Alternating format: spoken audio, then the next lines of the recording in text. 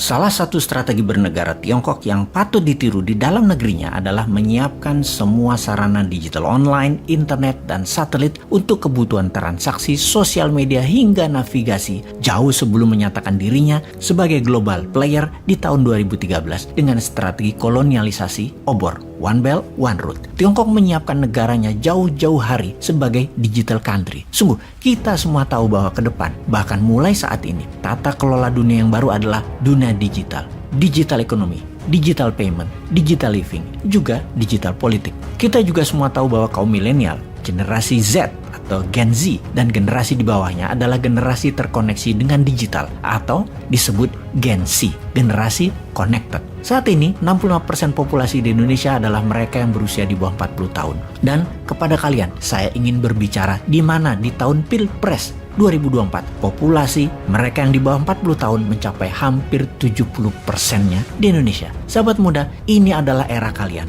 Saya dan kami yang berusia di atas 50 tahunan adalah generasi pengantar. Kami tekankan, kami adalah generasi perantara. Kami harus mengantarkan Anda terbang. Take off segera. Dosa kami kalau menghalangi kalian untuk melambat-lambatkan kalian untuk membuat Indonesia menjadi pengendali dunia ini. Salah kami kalau menunda kalian untuk menjalankan apa yang kalian miliki, yaitu potensi menjadi yang terdepan. Bodoh kami kalau kami masih minta berkuasa lagi atau bahkan menghalangi kalian untuk memegang kendali negara agar kami selamanya berkuasa. Bodoh kami itu. Selama 2 tahun ke depan, inilah masa yang penting. Kalian harus menguasai ekonomi digital secara mumpuni. Kita melihat sebentar apa yang terjadi di dalam The Tale of Two Country. Kedua negara, Amerika dan Tiongkok, yang sedang perang yang ditunggangi globalis. Secara militer, Amerika masih mendominasi. Namun secara teknologi, Tiongkok sudah menyamai. Secara perdagangan, Tiongkok sudah menguasai dunia. Secara logistik dan distribusi, Tiongkok yang menang. Uang, Wall Street, Tiongkok punya sendiri, dan Bosman sudah puluhan kali menulis dengan Hudson New Economic Model yang Tiongkok punya.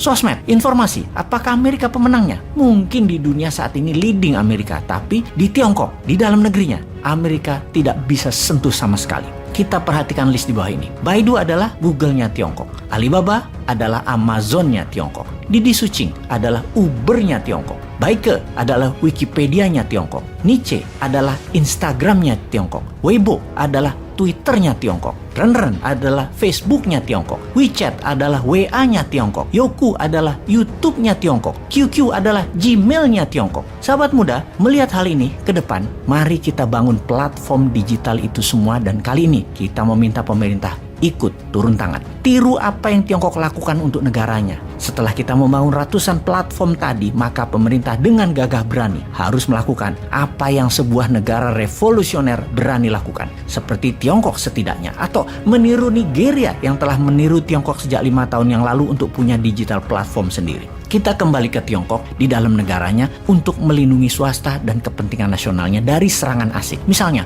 Uber tidak boleh masuk Tiongkok sampai Didi Suching menguasai 80% pasar Tiongkok. Alibaba menguasai 80% market, baru Amazon boleh masuk. WeChat menguasai 90%, baru WA boleh masuk. Weibo menguasai 80%, baru Twitter boleh masuk. Itu nasionalis namanya. Pejabat kalau berani begini, itu baru namanya pejabat yang patriotis. Kalian, sahabat muda, harus bisa membangun platform ini semua mulai dari sekarang, sehingga ketika pemerintah melakukan tindakan proteksi tadi, kalian sudah siap. Sekali lagi saya ingatkan, 2 tahun ke depan adalah masa yang sangat cepat, dan kita semua tahu di dalam waktu 3-6 bulan saja kalian bisa membangun semua platform tersebut. Kerjakan sekarang. Di tahun 2022 ini mulailah buat dan jalankan platform-platform tadi. Sehingga secara sederhana bisa kita kalkulasi. Di tahun depan, di tahun 2023, ketika 80% populasi sudah tersentuh internet, bahkan platform komunikasi 5G sudah dipakai oleh lebih dari 30% alat komunikasi, ditambah aplikasi sosmed beragam tadi sudah milik bangsa, Indonesia sudah menjadi negara digital. Itulah tatanan dunia baru di tahun 2022 ini selepas pandemi. Di tengah masalah militer perang Ukraina, di tengah kenaikan harga bahan pangan dan energi, di tengah dunia menggeser itu semua, dunia bergeser ke arah lebih cepat ke arah digital world, dunia digital.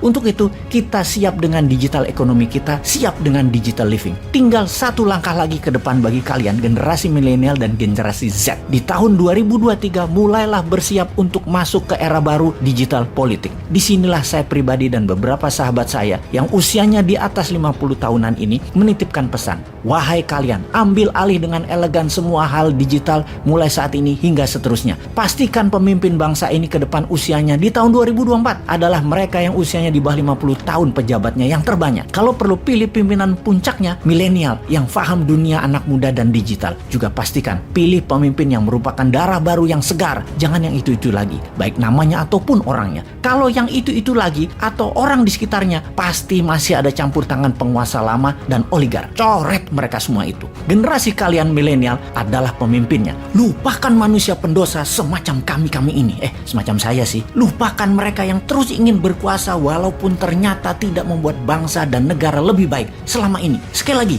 jadikan hanya sebagai referensi yang tua-tua itu, bukan jadikan dewa kata-katanya. Jangan ditiru kelakuannya lagi. This is Bosman. Bosman hanya seorang ideolog yang membantu kecil saja dengan membuat 1000 video cara cerdas bernegara, dan kalian sahabat muda harus belajar lagi dengan ribuan literatur dunia terbaru lainnya. Buatlah desain baru negara ini. Jangan pakai otak kami yang sudah tidak terbukti tidak membuat semua orang sejahtera. Saya yakin semua senior pasti legowo ketika melihat apa yang kalian lakukan selama 2 tahun ke depan ini. Kalian memantaskan diri kalian untuk memimpin bangsa ini secara konstitusional dalam 1 tahun ke depan. Jika kalian tidak mengambil peluang ini semua, juga tidak berkarya apa-apa, maka saya di tahun 2023 pasti akan menghardik